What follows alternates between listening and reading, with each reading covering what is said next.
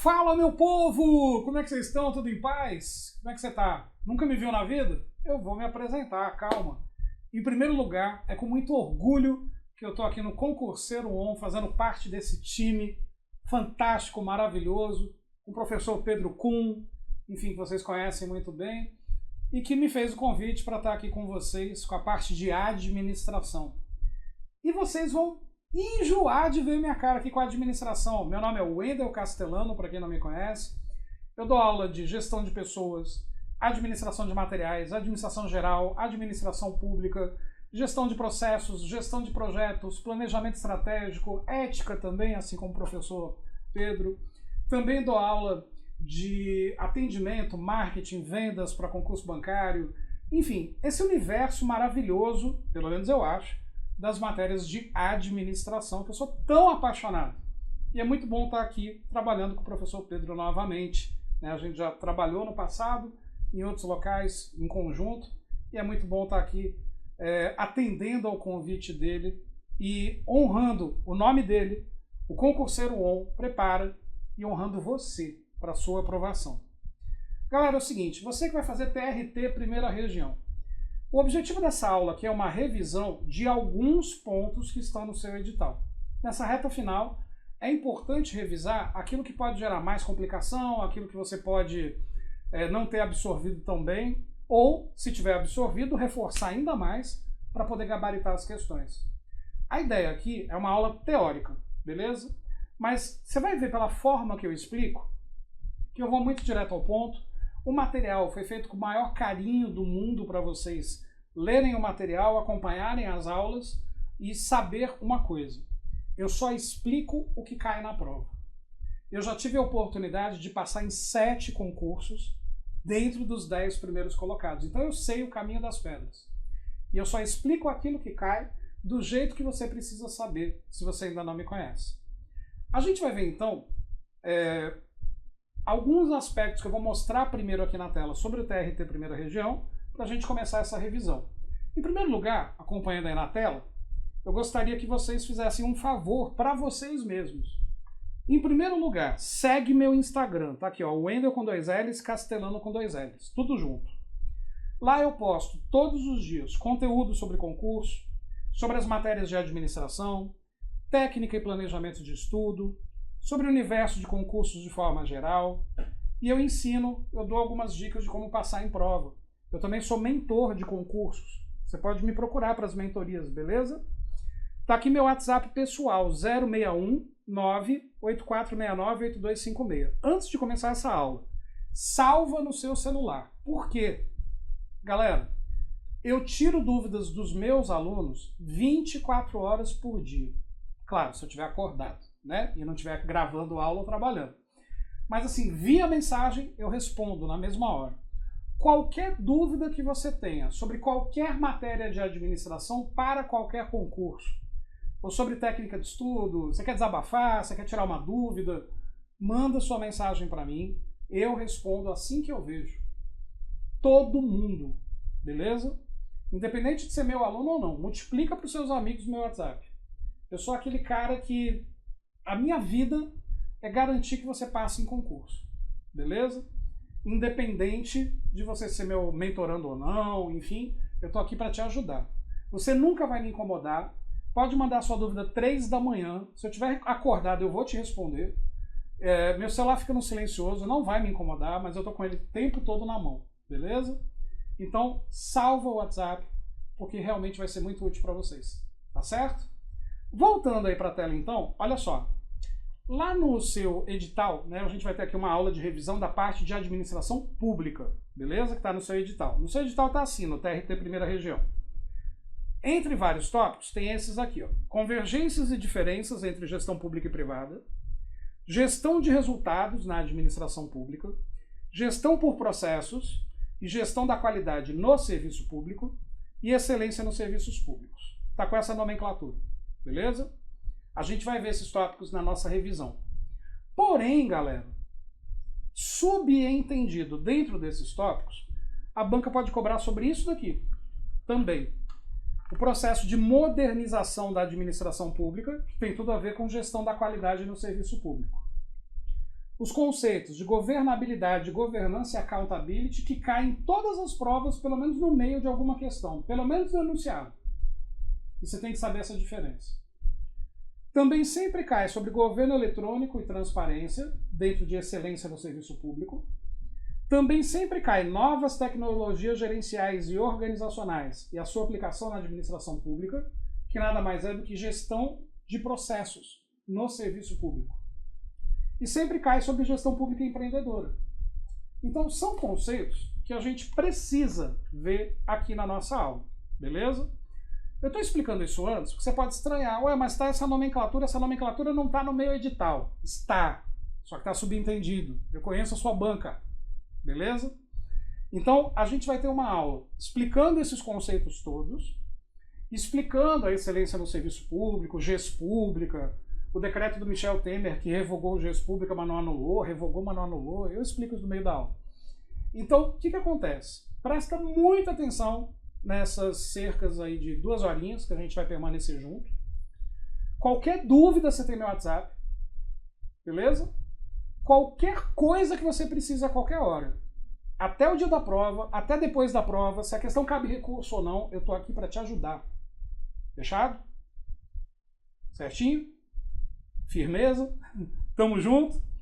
Então, olha só, vamos voltar aí para a tela e vamos falar sobre o processo de modernização da administração pública primeiro. Bora, vamos lá?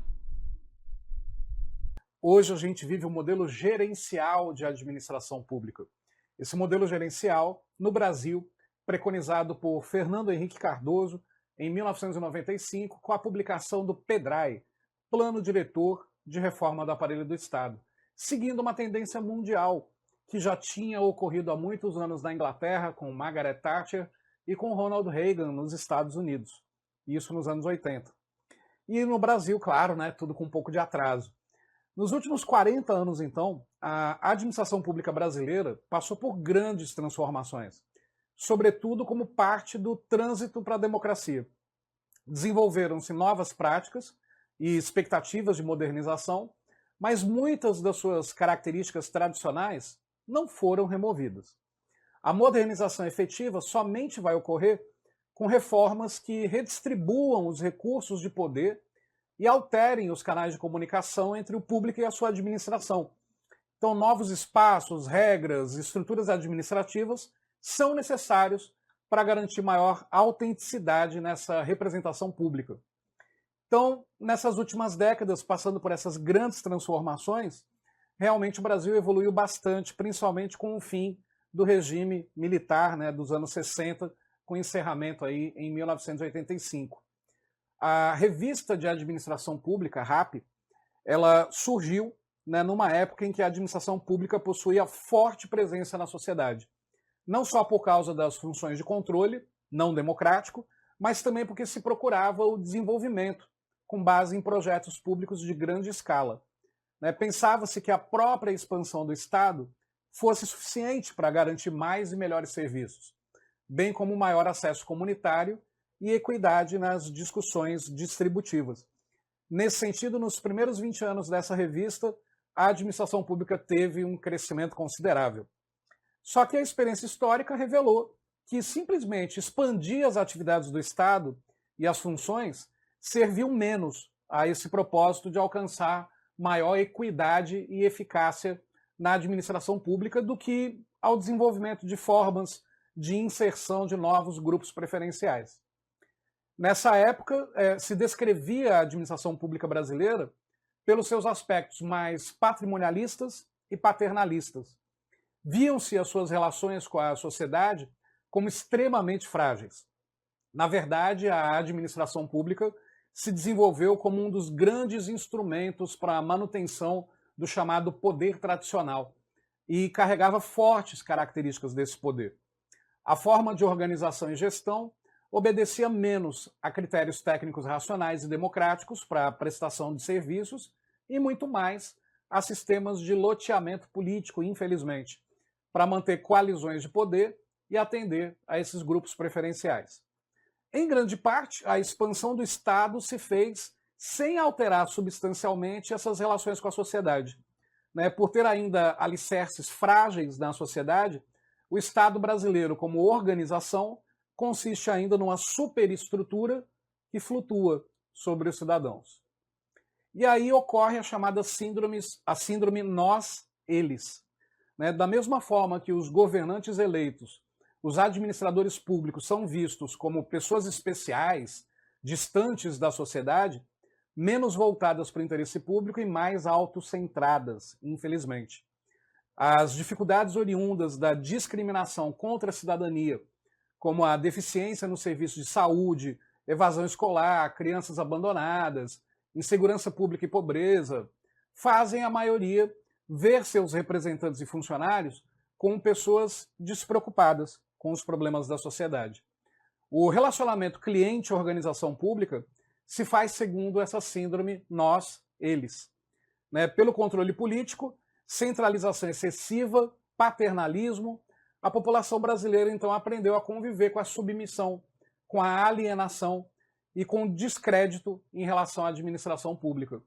E ainda mais conduzida psicologicamente a uma guerra política de dois lados inúteis, vamos falar a verdade.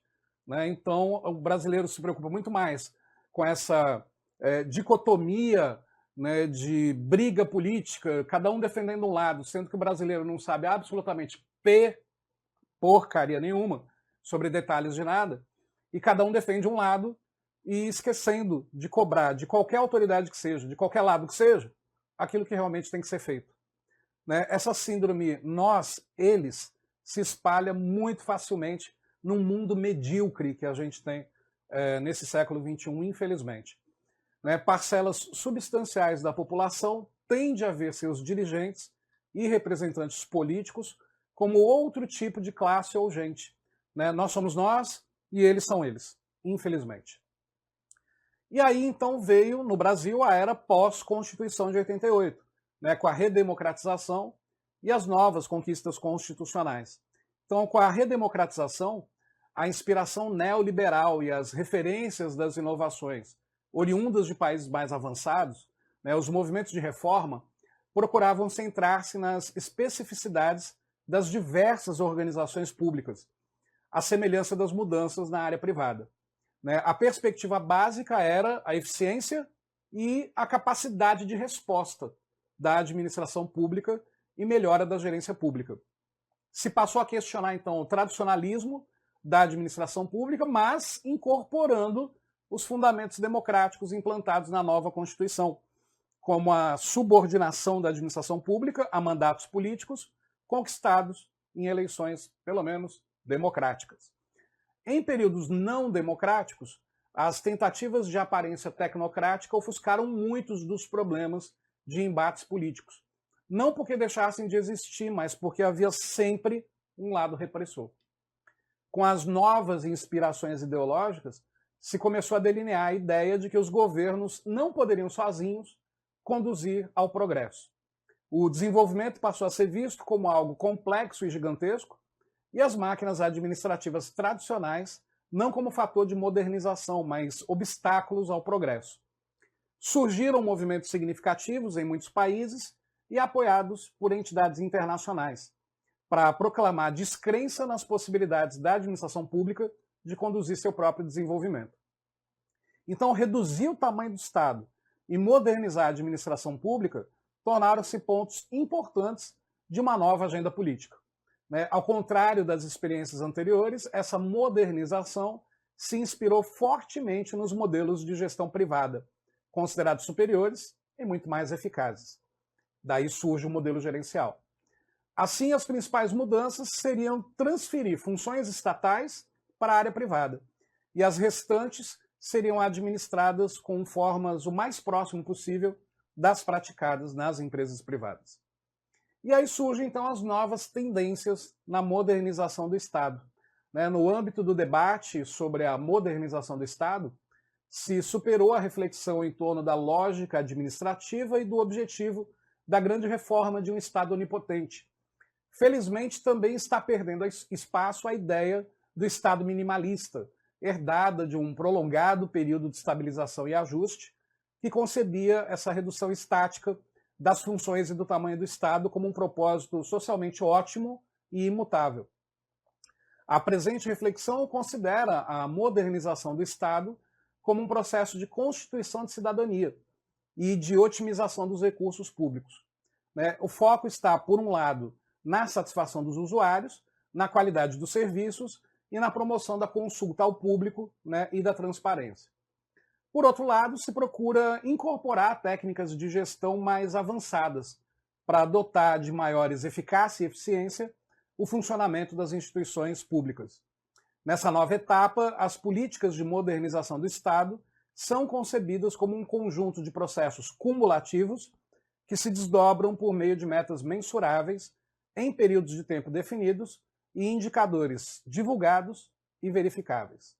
Então, a gerência pública ela passa a ser uma peça fundamental nessa nova forma de entender a modernização do Estado.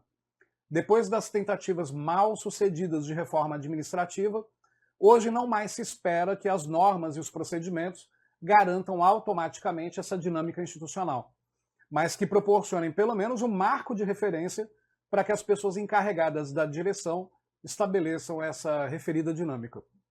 Em outras palavras, se trata de mudar o perfil dos dirigentes públicos, privilegiando neles suas capacidades gerenciais e de liderança.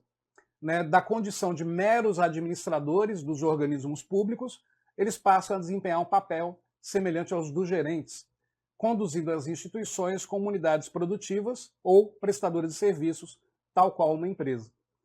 Esse conjunto de ideias ele foi difundido em vários países, em todos os continentes, e tem sido aplicado não somente no âmbito restrito dos governos centrais e seus serviços, mas igualmente nos governos subnacionais e nos municípios.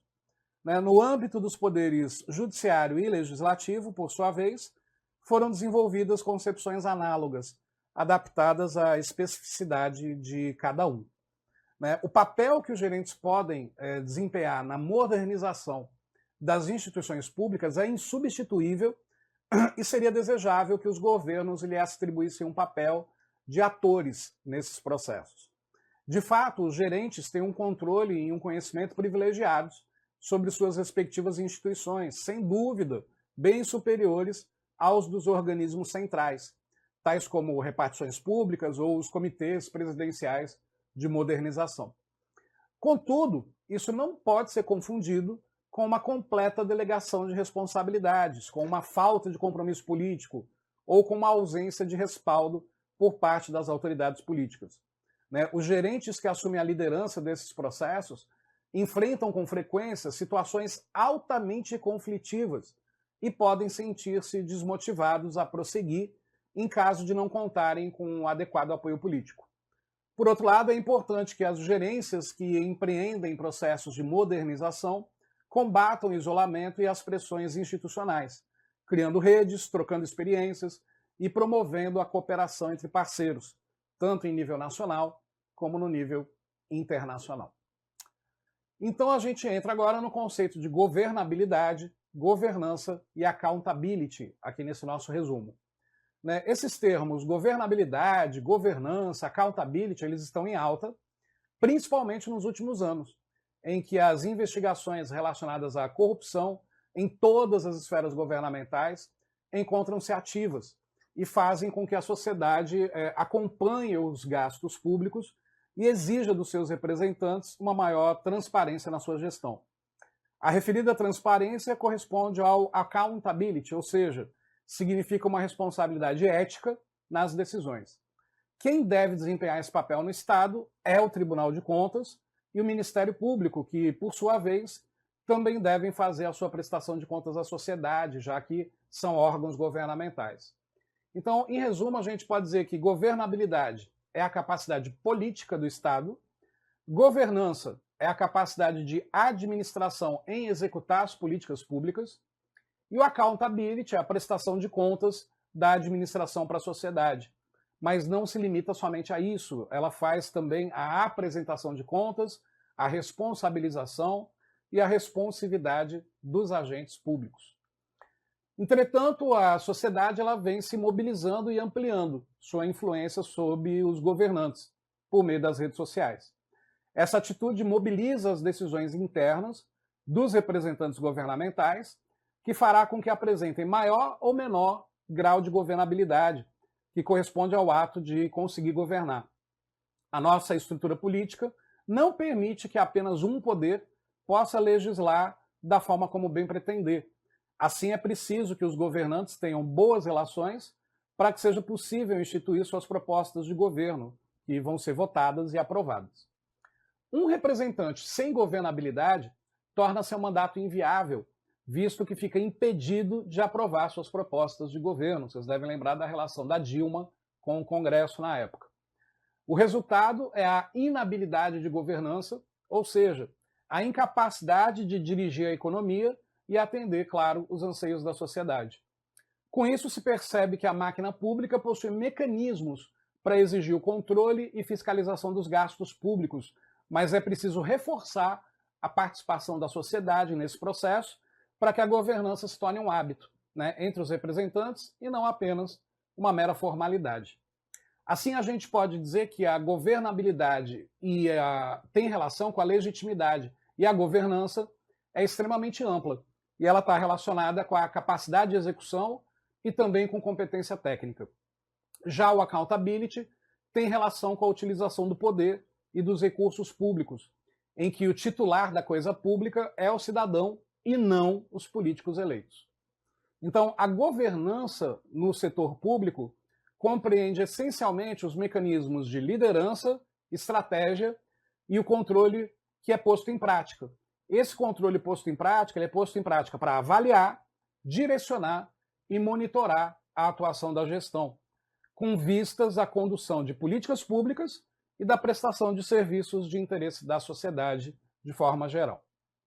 Então, os termos governabilidade, governança e accountability, como eu falei, realmente estão muito em alta e é importante reforçar essa tela que eu repeti, porque é importante reforçar essa síntese de que governabilidade é a capacidade política do Estado, isso cai muito em prova, governança é a capacidade da administração em executar as políticas públicas, e o accountability é, além da prestação de contas, apresentar as contas, responsabilizar e sobre a responsividade dos agentes. Então é importante repetir isso, porque as bancas sempre cobram esses três conceitos dessa forma que está aqui.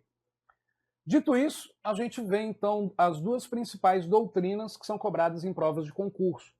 De acordo com o Banco Mundial, princípios da boa governança são legitimidade, equidade, responsabilidade, eficiência, probidade, transparência e accountability. São esses 7. A outra abordagem é do Matias Pereira, onde ele diz que os princípios são relações éticas, conformidade entre o que é prometido e o que é cumprido, transparência do setor público e a efetiva prestação de contas, o accountability. Então esses são os dois princípios que podem cair em provas da boa governança. Ademais, os princípios do accountability são classificados, os principais tipos, do accountability, são classificados da seguinte forma, são 3. O accountability vertical, que representa o controle realizado pela população sobre os administradores públicos, que exerce o controle social através dos meios de soberania popular, que é o voto, o plebiscito, o referendo ou a ação popular. O accountability horizontal, que ocorre por meio do processo de controle e fiscalização mútuo que existe entre os diferentes poderes ou entre os órgãos e instituições públicas, como realizado pelos tribunais de contas e pelas controladorias. E o accountability social ou societal, que se trata de um processo de controle não eleitoral, representa as diversas entidades sociais, como associações, ONGs, mídias, sindicatos, que investigam e denunciam os abusos de poder, cobrando essa responsabilização. Então, esses 3 são os principais tipos de accountability, isso também sempre cai em prova.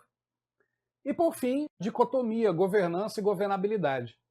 A governabilidade e a governança, elas estão diretamente relacionadas, pois enquanto a governabilidade é a capacidade política de governar e equilibrar as demandas sociais e transformá-las em políticas públicas que cumpram com os objetivos institucionais, a governança é a competência técnica de implementá-las com eficiência e eficácia, fazer acontecer.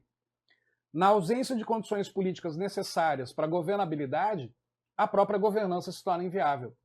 Em contrapartida, uma má governança gera perda da legitimidade do governo pela sociedade e, consequentemente, provoca uma queda de governabilidade.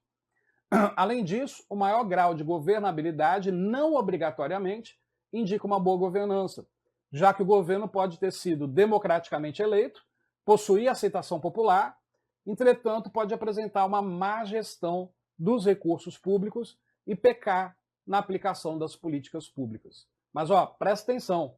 Apesar dos autores considerarem que governança é um instrumento pelo qual o governo exerce sua governabilidade, há o entendimento de que o conceito de governança possui abrangência maior do que o de governabilidade, pois enquanto esta tem um caráter essencialmente estatal, a governança envolve a sociedade como um todo. Fechando então, a governabilidade fornece a estrutura necessária para a administração pública desenvolver adequadamente as políticas públicas, criando condições para que a governança as implemente através de competência técnica. Além disso, o accountability é um dos princípios da boa governança e é essencial no fomento da transparência e do controle social. A prestação de contas, o accountability, é uma ferramenta burocrática, mas que é necessária para a democracia. A gente vai ver agora, então, um resumo sobre governo eletrônico e transparência. Quais são os fundamentos e diretrizes do governo eletrônico? Participação cidadã, melhoria da própria gestão interna do Estado e a integração com parceiros e fornecedores. E aí, então, o eGov, o governo eletrônico, ele tem 7 diretrizes gerais para ser implementado.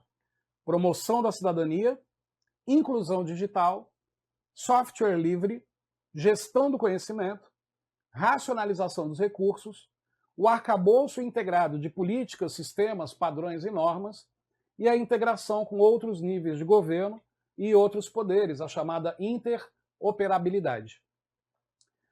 Nessa integração, fundamentos e diretrizes, a gente tem como fundamento do governo eletrônico realizado com parceiros e fornecedores.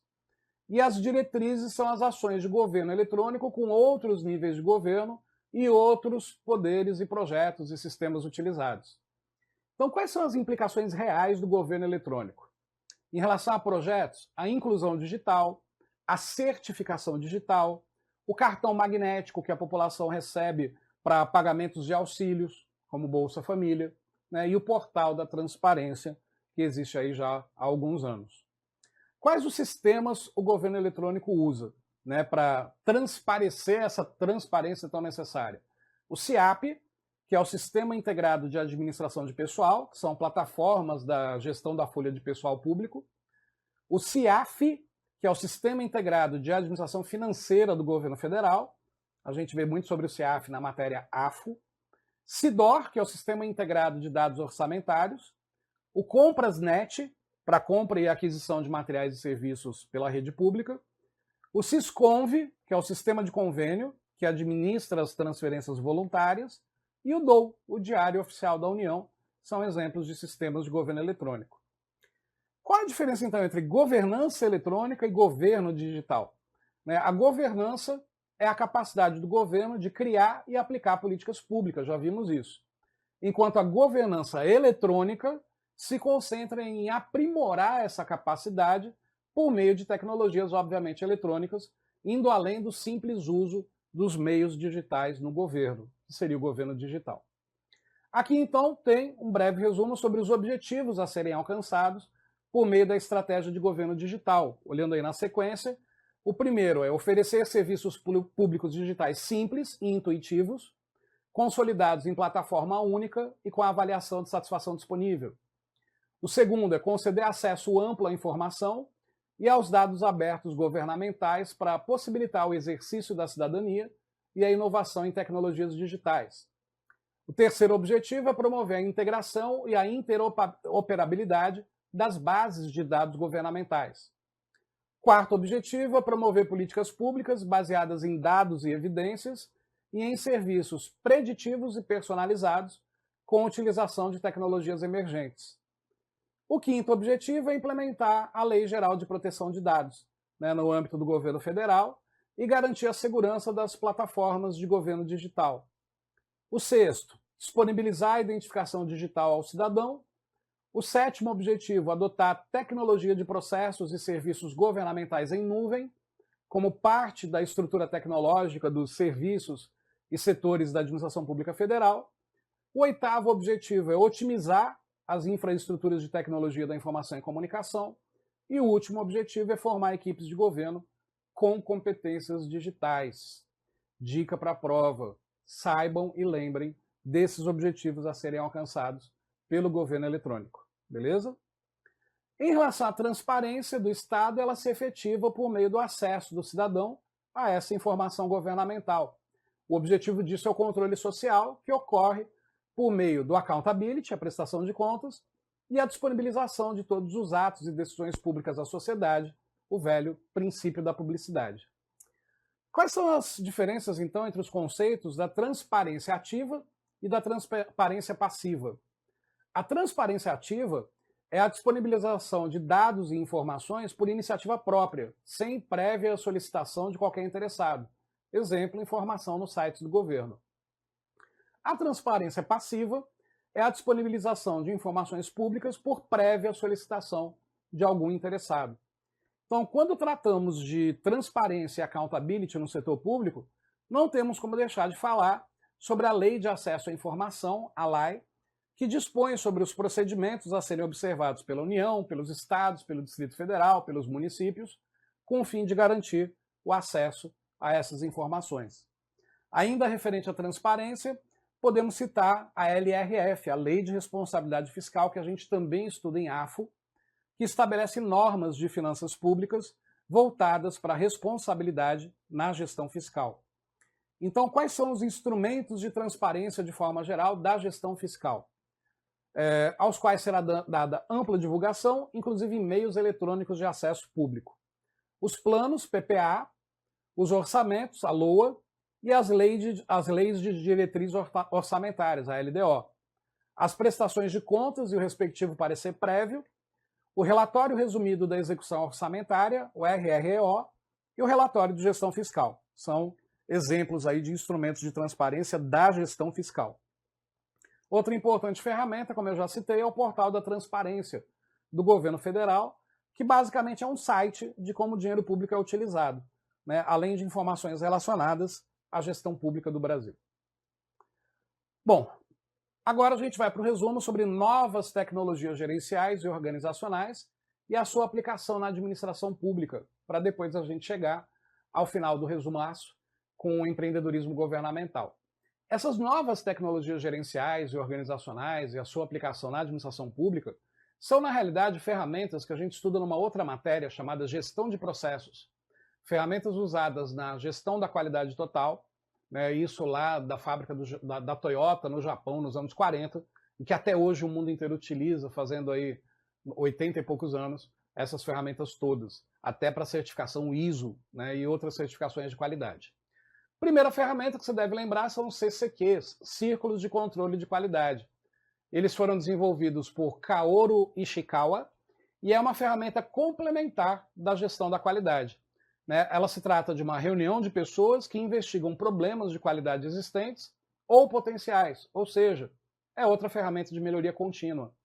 Características desses círculos: eles devem surgir voluntariamente, ou seja, não devem surgir devido a ordens de superiores. Os membros desses círculos precisam estar em constante estudo, devendo ampliar os horizontes e cooperar com outros círculos.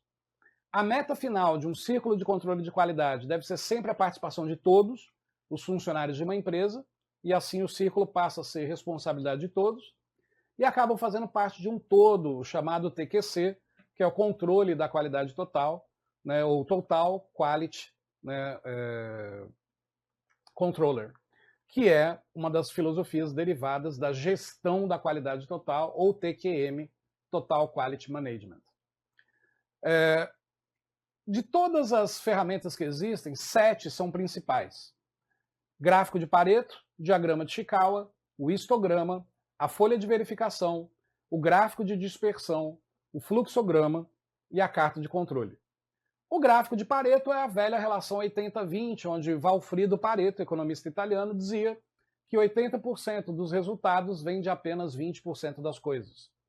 dentre outras analogias criadas com a relação 80-20. E não é mentira dizer que 80% do lucro de qualquer banco vem de apenas 20% dos clientes, por exemplo. E trabalhar com essa relação 80-20 nos faz enxergar a priorização daquilo que deve ser feito em busca daquilo que gera mais retorno.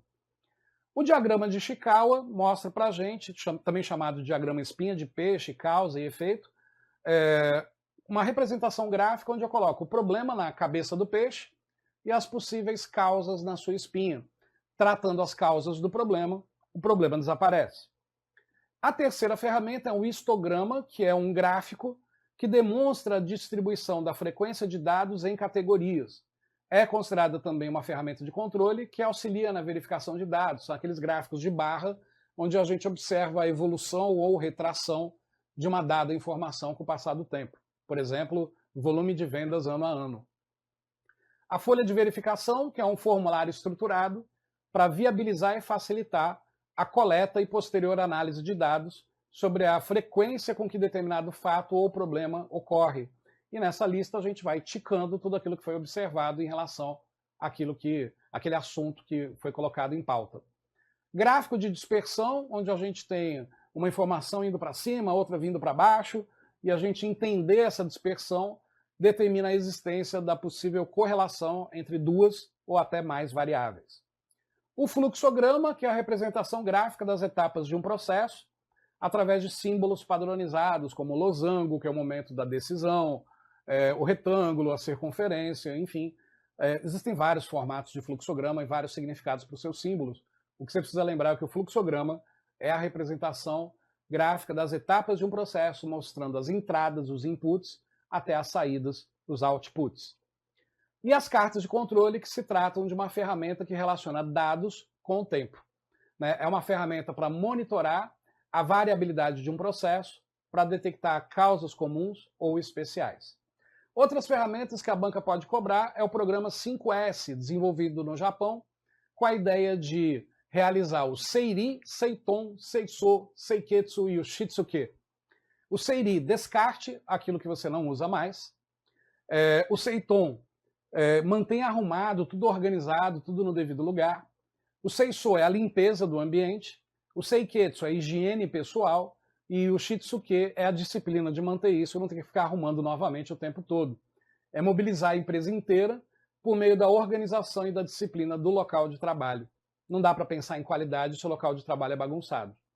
Com isso, alguns objetivos: previne acidentes, melhora as relações humanas, estimula o trabalho em equipe, atua na melhoria da qualidade de vida dos funcionários com um ambiente melhor, reduz custos, diminui desperdícios, aumenta a produtividade e, obviamente, acaba realizando padronizações.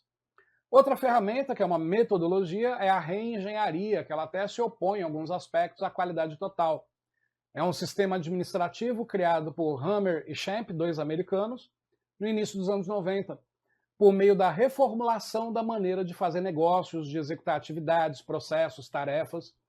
E esse sistema é muito utilizado pelas empresas hoje, e até pelos governos minimalistas, que utilizam para se manterem competitivos e alcançarem suas metas. A reengenharia, então, ela é um redesenho de processos, envolve a readequação dos processos empresariais, das estruturas organizacionais, dos sistemas de informação e dos valores da organização, objetivando uma guinada nos resultados dos negócios da organização por meio de revisões e efetivas melhorias radicais nos seus processos. Está dando errado, corta, coloca o novo no lugar, pronto, papum, resolvido. Isso, então, objetiva a melhoria em 3 níveis: redução de custos, redução do tempo de execução e, obviamente, a melhoria da qualidade dos serviços. Outra ferramenta é o Pokayoki, né? É um termo oriundo do Japão que significa evitar e prevenir erros ou desatenções. A ideia é zerar a ocorrência de falhas nos processos, eliminando inspeções e controles adicionais. É o zero defeito, o Pokayoki. O benchmarking, que vem do nada se cria, tudo se copia, só que de forma ética. Né? O benchmarking ele pode ser definido como a verificação da qualidade dos produtos fabricados, dos serviços prestados ou dos processos da empresa quando comparados com as melhores práticas dos concorrentes ou empresas de qualquer ramo que sejam referência no mercado. significa utilizar com as devidas adaptações aquilo que há de melhor do concorrente. Essas comparações podem ser feitas, por exemplo, através de fóruns que se reúnem com o intuito de realizar intercâmbio de informações. Então vejam que isso é de forma ética, não é espionagem industrial. Nesses fóruns, os grupos de benchmarking trocam experiências e debatem situações com o objetivo de difundir as melhores práticas. O grande foco do benchmarking é a geração do aprendizado. É possível, por meio dele, detectar oportunidades e ameaças no mercado com muito mais facilidade. É como se a empresa pegasse um atalho para alcançar a excelência nos negócios. Existem, então, 4 tipos de benchmarking que as bancas cobram. Benchmarking interno, que é dentro da própria empresa, onde se compara processos ou operações entre colegas de trabalho. O competitivo, que aí é a hora de ir para o mercado e comparar com o concorrente, né? É revirar o lixo da concorrência. Com esse tipo de comparação é possível entender a posição da empresa frente aos concorrentes. O benchmarking funcional, que é a comparação de áreas funcionais, independente do setor que a empresa atua. E o benchmarking genérico, que é a comparação entre processos específicos que são comuns em determinadas empresas, ainda que de setores bem diferentes. Então, o importante é dizer que o benchmarking não é pirataria industrial. A matriz Gucci, outra ferramenta que a gente viu na aula teórica com mais detalhes, analisa problemas, ou seja, estabelece prioridades para resolvê-los. E aí a gente visualiza criando uma planilha de as colunas gravidade, urgência, tendência, com 5 linhas com pesos de 5 a 1, onde 5 é o nível mais intenso e 1 é a ausência. E a gente vai categorizando os problemas em função de gravidade, urgência e tendência. Multiplicamos os pesos de cada problema colocado e, obviamente, as multiplicações maiores são os problemas que precisam ser primeiramente resolvidos. A gravidade se relaciona com o impacto causado pelo problema sobre processos, pessoas, resultados, organizações. A gravidade, então, ela lida com os efeitos que poderão surgir no longo prazo, caso o problema não tenha sido solucionado. A urgência reflete o tempo que está disponível para solucionar o problema, e a tendência é a possibilidade desse problema crescer, reduzir ou desaparecer. Outra ferramenta é o método PDCA, ou ciclo PDCA, ou ciclo de Deming, ou ciclo de Shilhart. A banca pode usar qualquer um desses nomes. Foi introduzido no Japão, pós-guerra, e Deming coloca isso na Toyota, e é um ciclo de desenvolvimento que tem foco na melhoria contínua, sendo uma abordagem sistemática que busca identificar e solucionar problemas também. O ciclo se inicia por cada pessoa fazendo seu autoplanejamento, plan, passando pela ação, que é o ACT, que é o conjunto de ações planejadas sendo executadas. O ACT não, desculpa, o DO, que é fazer. Em seguida, é verificado e comparado aquilo que foi feito com o que foi planejado, que é o check ou control, e percebendo que depois do controle precisamos melhorar, precisamos corrigir, aí sim vem o ACT, que é uma nova ação sendo executada com o intuito de eliminar ou ao menos mitigar, diminuir os defeitos da execução.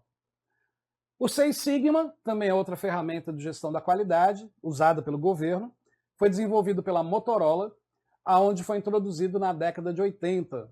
O nome dessa técnica não é por acaso. Sigma é a letra do alfabeto grego, que representa desvio padrão. No contexto organizacional, Seis Sigma expressa a necessidade de se reduzir a variabilidade dos processos como meio para atingir a melhoria da qualidade desses mesmos processos. O número 6 representa a quantidade de desvio padrão, representando a dispersão mensurável em torno da média de um conjunto de dados. Para a General Electric, que também adota o Seis Sigma, esse método se destaca pelo seguinte: se for possível medir quantos defeitos existem em um processo, também será possível eliminá-los e chegar o mais próximo possível do zero defeito, que é o conceito de Pokayoke. As ferramentas estatísticas e as análises na estratégia são aplicadas em meio a um modelo chamado de DMAIC: definir, medir, analisar, implementar e controlar. Não preciso dizer que vive caindo em prova a sigla e a tradução de cada letrinha da sigla nesta sequência. Então dê muita atenção para isso. Outra ferramenta é o 5W2H, que é um formulário para execução e controle de tarefas que atribui responsabilidades e determina as circunstâncias em que o trabalho deverá ser realizado. Recebe esse nome devido à primeira letra das palavras em inglês. What, o que, who, quem, when, quando, where, onde, why, por quê, e o how, como, e o how much, quanto custa. Responder a essas perguntas nos dá uma visão mais clara do processo. Bom, usando essas ferramentas, então, a gestão pública brasileira se compromete com a excelência e qualidade no serviço público. E aí se criou o PNQ, o Prêmio Nacional de Qualidade, que busca reconhecer a excelência da gestão nas organizações. Esse reconhecimento gera um valor agregado à empresa, que tende a se tornar estrategicamente mais competitiva. Então, essa premiação não é só para órgãos do governo, mas também para a iniciativa privada. A Fundação Nacional de Qualidade, que também foi criada, é uma instituição brasileira sem fins lucrativos e tem realizado anualmente um ciclo que avalia o Prêmio Nacional de Qualidade nas organizações para reconhecê-las como empresas que praticam a excelência. As empresas são reconhecidas nesse prêmio por serem líderes em qualidade, produtividade, competitividade e gestão. E existem para isso 8 critérios de excelência, que são, e óbvio que você tem que saber esses critérios: liderança, estratégias e planos, clientes, sociedade, informação e conhecimento, pessoas, processos e resultados. Então, ser excelente, nos termos do dicionário, é ser superior ou muito bom na sua área. É atuar com qualidade. A excelência nos serviços públicos ela é fundamental para a boa prestação dos serviços ao cidadão. E a administração, obviamente, deve buscar a excelência dos serviços, utilizando-se de técnicas da administração privada para poder, de forma definitiva, implementar essas melhorias. Para a gente encerrar esse aulão de revisão, então, vamos ver um resumo aqui sobre a gestão pública e empreendedora. Uma gestão empreendedora diz respeito à implementação de ações e que tenha como principal objetivo incentivar a criatividade e a inovação nas empresas. Um dos aspectos dessa reinvenção que a administração pública passou, a partir das premissas do empreendedorismo governamental, leva em consideração a adoção de métodos que são estrategicamente voltados para a entrega de qualidade dos serviços públicos, o que somente se torna possível partindo de um único princípio: considerar o cidadão como cliente. A gestão empreendedora, então, significa estar voltada para resultados, pressupõe agilidade, dinamismo e flexibilidade.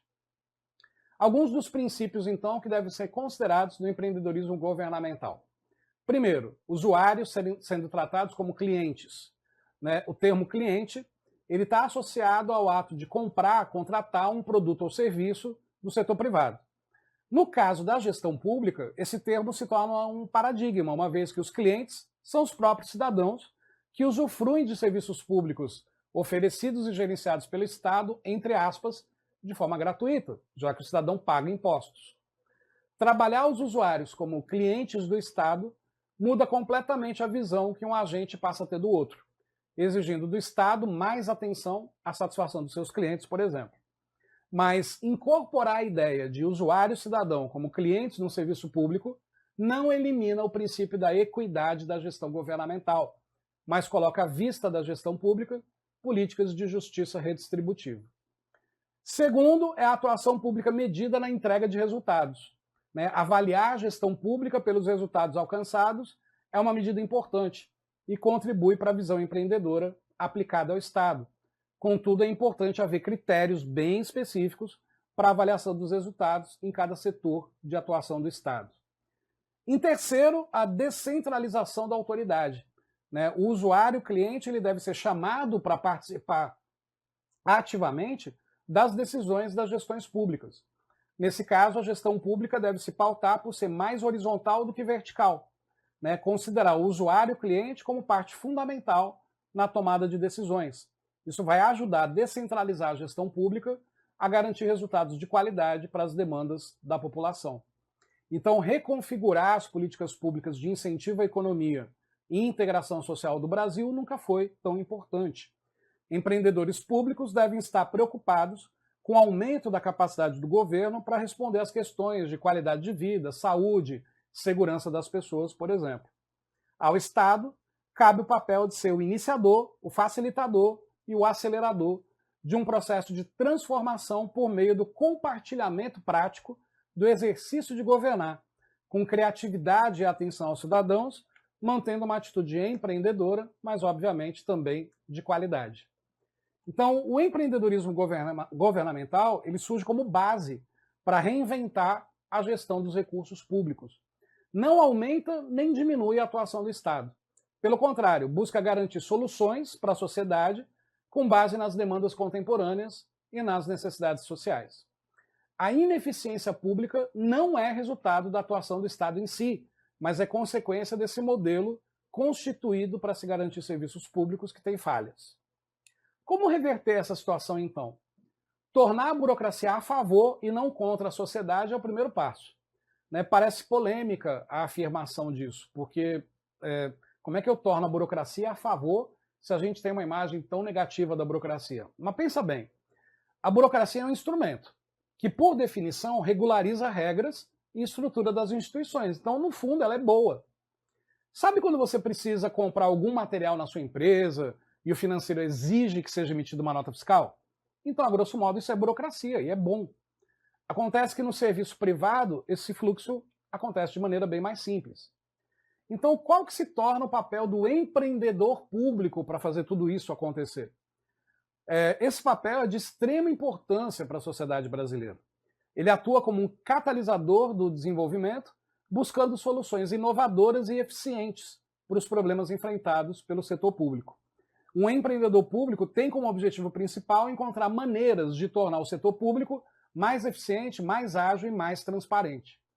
Ele busca criar e implementar projetos que tragam benefícios econômicos e sociais para a população. Para desempenhar esse papel, o empreendedor público precisa ter visão estratégica, capacidade de liderança e habilidades de gestão. Ele deve estar atento às necessidades da sociedade e buscar soluções inovadoras para os problemas enfrentados. Além disso, esse profissional deve possuir conhecimentos técnicos e jurídicos que permitam atuar de forma eficiente na administração pública.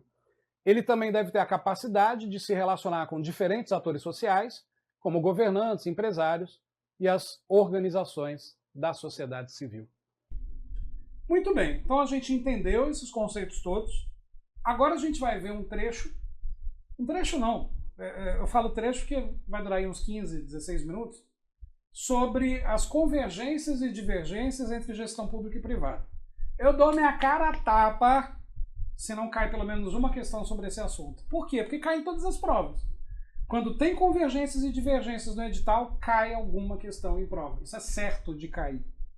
Beleza? Assim como tudo que eu estou explicando. Vamos acompanhar então sobre essas convergências e divergências entre a gestão pública e privada a partir de agora.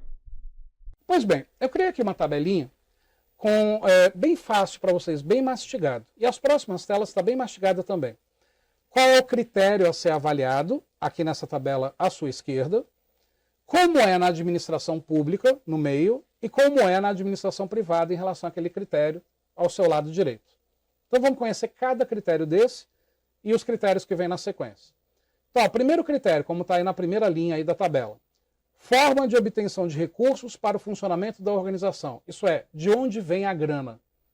Na gestão pública, como está aí no quadro, as receitas são derivadas de tributos, impostos, taxas, contribuições, de caráter compulsório, sem uma necessária contrapartida em termos de prestação direta de serviços. Então, de onde vem a grana da administração pública? Do pagamento de impostos, prioritariamente. Na administração privada vem de onde, gente? Vem da venda. Se a empresa não vender, não tem entrada de dinheiro. Como está aí, ó, receitas advindas de pagamentos feitas por livre e espontânea vontade por parte dos clientes, que são os consumidores dos produtos e serviços. Então, obviamente, a gestão pública tem uma entrada de dinheiro muito mais garantida do que a gestão privada. Nesse aspecto, a gestão pública tem vantagem. Segundo critério, aí na segunda linha, ó, destinatário das ações empreendidas pela organização, os interesses atendidos. Para quem a administração pública trabalha? Para o cidadão, no aspecto das suas necessidades coletivas. Para quem que a gestão privada trabalha? Para o cliente, nas suas necessidades individuais. Então, como está aí, ó, o cidadão, membro da sociedade, que possui direitos e deveres, interesses coletivos, sociais e difusos. Isso é, o serviço público é para todos. Já na gestão privada, para o cliente, o indivíduo que manifesta suas escolhas no mercado, interesses particulares, privados e individualizados. Então, obviamente, na gestão privada tem que se conhecer muito mais de perto a necessidade de cada cliente. Na gestão pública, né, se pensa no aspecto coletivo. Terceiro critério aí na terceira linha, mecanismo de controle do desempenho dos dirigentes. Na administração pública, é um controle político, por meio de eleições periódicas dos governantes. Então, quer dizer, se a gente está insatisfeito com o que temos por aí, na próxima eleição, que a gente mude o nosso voto. Né? Já na administração privada, o controle é pelo mercado. Se eu não estou satisfeito, eu não compro mais daquela empresa. Então, como está aí, o controle é pelo mercado através da concorrência com outras organizações. Isso significa o quê? Se a gente fizer merda na escolha, na gestão pública, a gente tem que aturar 4 anos para poder mudar a coisa. Já na administração privada, se eu comprar um produto errado, se eu aceitar ser mal atendido, ou melhor, não quiser mais aceitar ser mal atendido, eu não compro mais, compro na outra empresa concorrente no mesmo dia. Então, obviamente, a administração privada tem uma ação mais ágil, né, em relação à satisfação dos desejos e necessidades do cliente do que na administração pública em relação ao cidadão. Quarto aspecto, subordinação ao ordenamento jurídico existente. Esse eu diria que é a principal diferença entre gestão pública e privada. Na gestão pública, tudo que não está juridicamente determinado está juridicamente proibido. Princípio da legalidade. Né? Predominância de normas de direito público, do direito constitucional e administrativo. Você só pode fazer aquilo que a lei permite. Se a lei não permite, está proibido. Já na gestão privada, tudo que não está juridicamente proibido está juridicamente facultado. Né? Preponderância de normas de direito privado, contratual, direito civil e direito comercial, que são muito mais flexíveis. Na iniciativa privada, a empresa pode fazer tudo aquilo que a lei não proíbe. Na iniciativa pública, o Estado não pode fazer nada além daquilo que a lei permite. Então há uma amarra maior, né, aí na gestão pública. No outro critério, ó, garantia da sobrevivência das organizações. Na administração pública, o tempo de existência é indeterminado. O Estado não vai à falência. Aquela frase, o país está falido, aquele país faliu. Não. O que é falência, gente? Falência não é fechar as portas e não ter mais nada lá dentro da empresa? Isso é falência. Nenhum país vai à falência, porque para ir à falência, teria que se fechar as fronteiras e ninguém mais morar dentro daquele país. Então isso não acontece. Já na administração privada isso acontece. Ó. A sobrevivência depende da eficiência organizacional, da competitividade acirrada do mercado e uma empresa tendo que ser melhor que a outra. Senão ela não sobrevive. Outro critério, penúltimo aí da tabela, características do processo de tomada de decisão.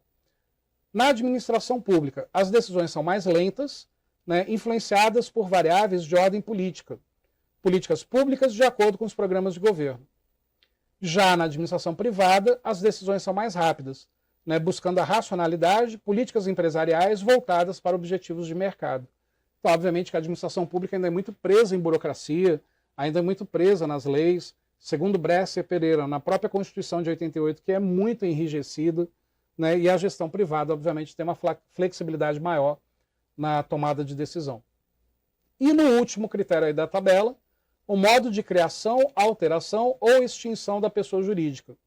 Na administração pública, você só consegue criar um novo órgão público por meio de lei. Se não tiver lei, ele não existe. Você só consegue extinguir um órgão público por meio de lei. Se não tiver lei, não deixa de existir. Então, quer dizer, o Estado acaba tendo que, muitas vezes, empurrar com a barriga instituições públicas que geram prejuízo, por causa da falta de pressa em algumas legislações. Já na administração privada, é só uma alteração contratual. Tu vai num cartório qualquer, faz uma alteração contratual e a tua empresa está fechada. Ou uma nova empresa foi aberta. Né? Você cria uma nova empresa num cartório simples, criando um novo CNPJ. Você faz isso até por internet hoje em dia. Então, isso ocorre através de um instrumento contratual ou societário. Então, essa tabelinha, como eu falei para vocês, resume alguns dos principais critérios que as bancas cobram na comparação entre gestão pública e gestão privada. E aqui a gente ainda está falando das divergências.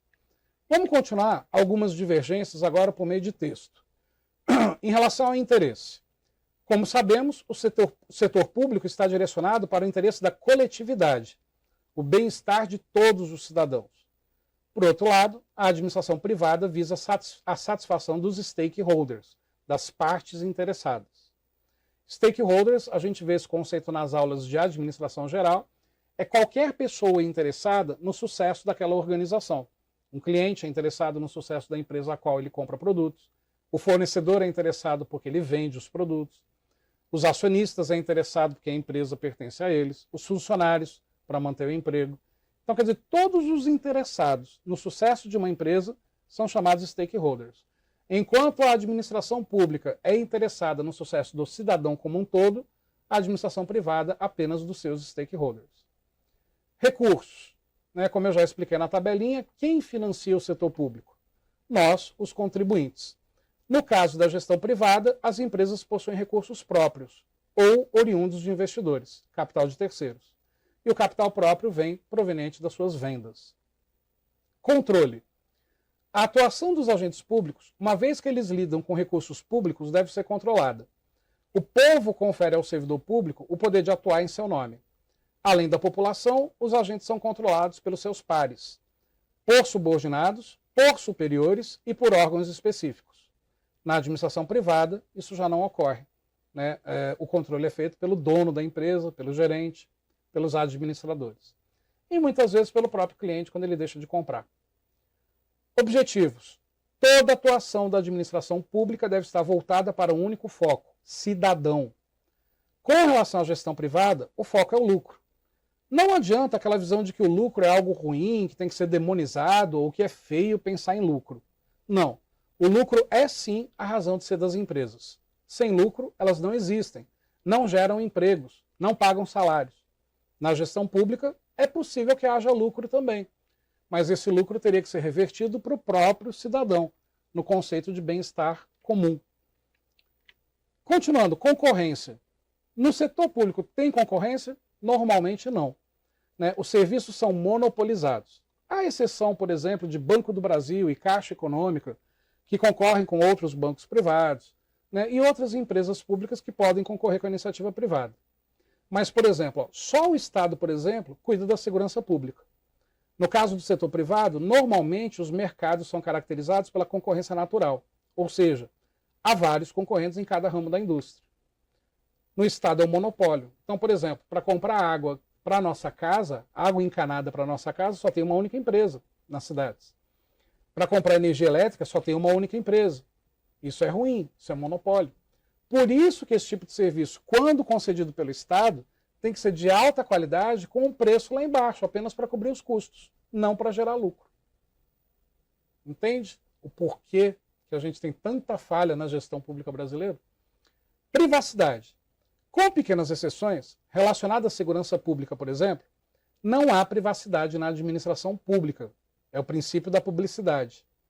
Aliás, um dos princípios constitucionais da administração pública, como vimos, é o da publicidade, como eu acabei de citar. A administração pública deve publicar todos os seus atos, visando a transparência, facilitando o controle, o chamado accountability. E em governos recentes, nós tivemos a criação do site da transparência, onde, teoricamente, todo cidadão teria acesso a todos os dados dos órgãos públicos brasileiros. Carreiras e promoções. Desde a administração burocrática implantada por Vargas na década de 30, criando o DASP, Departamento Administrativo do Setor Público, o sistema de carreiras e promoções no setor público encontra-se estruturado. Assim, não há discricionariedade, liberdade na atuação, para a autoridade determinar o modo de desenvolvimento das carreiras e estruturar as promoções. Então, quer dizer, o acesso é por concurso público. Por mais que se falem, que se digam, independente do gestor do momento, ou do passado, ou do futuro, vamos acabar com a estabilidade do servidor, vamos... Não, isso está na Constituição. Então, quer dizer, não há como fazer isso, a não ser, obviamente, que se rasgue a Constituição e se crie uma nova. Então, desde Getúlio Vargas, a forma de acesso ao serviço público é via concurso, democratizando o acesso. Claro que na prática, a gente vê cargos comissionados, vê tudo isso, mas o que cai na prova, lembra, é o mundo maravilhoso da teoria. Contratação, então. A realização de concursos públicos é a regra geral no setor público, e assim o ingresso no serviço público se dá geralmente pela aprovação nesses certames. Na iniciativa privada, processo seletivo, como a gente conhece. Estrutura. A maneira como o setor público se estrutura é ainda mais tradicional, com hierarquias mais verticalizadas, ainda burocratizada. Na administração privada mais moderna, a estrutura é mais horizontalizada e flexível. Critério custo-benefício. Na gestão privada, as decisões relacionadas ao processo produtivo giram em torno da análise do custo-benefício. O gestor, na privada, sempre questiona se compensa fabricar determinado produto ou não. Já no caso do setor público, o custo-benefício pode até ser considerado. Porém, mais importante do que isso são as funções sociais do Estado, como a de redistribuir a renda para a população, garantir a saúde, garantir a segurança, garantir a educação, os nossos direitos fundamentais, que estão no artigo 5º da Constituição. Gerando lucro ou prejuízo, o Estado tem que executar o artigo 5º. Impessoalidade. O agente público não pode agir subjetivamente, por interesses próprios, etc. Ele deve ser impessoal nas suas decisões. Já na gestão privada, não há essa restrição. O que se passa na cabeça do presidente da empresa é o que vale. E, em alguns momentos, ele é super pessoal e super direciona a empresa só para um grupo de clientes, só para um determinado tipo de produtos, etc. A gestão pública não tem esse direito. Bom, essas são as divergências, as diferenças da gestão pública e privada. Já deixei mastigadinho para vocês. Não há necessidade de estudar mais divergências do que estas, que eu acabei de ler e explicar para vocês. Isso, inclusive, pode ser tema fácil de redação. Agora vamos ver as convergências. As convergências são bem mais simples e bem menores em quantidade. As diferenças entre a administração privada e a pública são fundamentais para entendermos os seus funcionamentos. Depois que estudamos essa parte, fica mais fácil compreendermos as convergências entre as duas administrações. Por eliminação, podemos deduzir em que se assemelham as gestões. Por exemplo, ambas as administrações precisam realizar um planejamento. Isso é uma convergência. Tem que ter planejamento no papel, tanto na gestão pública quanto na gestão privada. Outra convergência, focar no sucesso do seu público-alvo. No caso da empresa privada, do seu cliente. No caso do Estado, do cliente cidadão. Terceira convergência, buscar usar ferramentas que visem a qualidade e a excelência. Na gestão pública e na privada, usando ferramentas gerenciais que surgiram na gestão da qualidade total lá na fábrica da Toyota nos anos 40 com o Deming. Diagrama de Chikawa, diagrama de Pareto, matriz Gucci, fluxograma, ciclo PDCA, brainstorming, diagrama de dispersão, diagrama de linha do tempo, histograma, enfim, todas as ferramentas gerenciais de gestão da qualidade. Wendel, você falou o nome dessas ferramentas, eu fiquei boiando. Calma, jovem gafanhoto, jovem gafanhota. É só dar um pulinho lá na matéria gestão de processos, e aí você vai entender tudo, está tudo lá. Então, as mesmas ferramentas usadas pelo Estado ou na iniciativa privada são idênticas. Claro que elas precisam ser adaptadas à gestão pública por causa do princípio da legalidade prioritariamente. Outra convergência, mirar a eficiência, a efetividade e a eficácia. Tanto a gestão pública quanto privada tem que ser eficiente, eficaz e efetiva. Eficaz no sentido de entregar aquilo que é esperado, fazer o básico. Eficiente no sentido de gerar o melhor aproveitamento dos recursos, fazer mais rápido, mais econômico, fazer mais com menos. E efetivo no sentido de gerar uma repercussão positiva na vida de terceiros. Tal qual um cliente quer ficar muito satisfeito ao adquirir um produto ou serviço de uma empresa privada, o cidadão quer ficar encantado pelo serviço público prestado com mestria, com maestria, com qualidade assim exacerbada. O sonho de todo cidadão é chegar no hospital público com a segurança de que sairá de lá vivo e de que será prontamente atendido, que não vai ter que esperar meses por uma cirurgia. O sonho do cidadão é caminhar pelas ruas com total segurança, com uma segurança pública que funcione, com um sistema carcerário e penal que funcione. A maior segurança que o cidadão deseja ter é ter a certeza de que o básico, pelo menos, será cumprido, a eficácia, de ter comida na mesa, de ter emprego, de ter impostos justos. Esse é o maior sonho que um cidadão pode possuir. E é nesse sentido que a administração gerencial caminha, pelo menos em teoria. Beleza, meu povo? Respira um pouquinho, toma uma água. Espero que vocês estejam gostando demais dessa revisão aqui. E se para você não for revisão, for aprendizado logo de cara, que você esteja gostando desse aprendizado, isso serve para várias outras provas, não só para o TRT1. Mas toma uma água, descansa um pouquinho, daqui a pouquinho a gente volta falando especificamente e apenas de excelência na gestão do serviço público. Fechou? Até daqui a pouco, gente.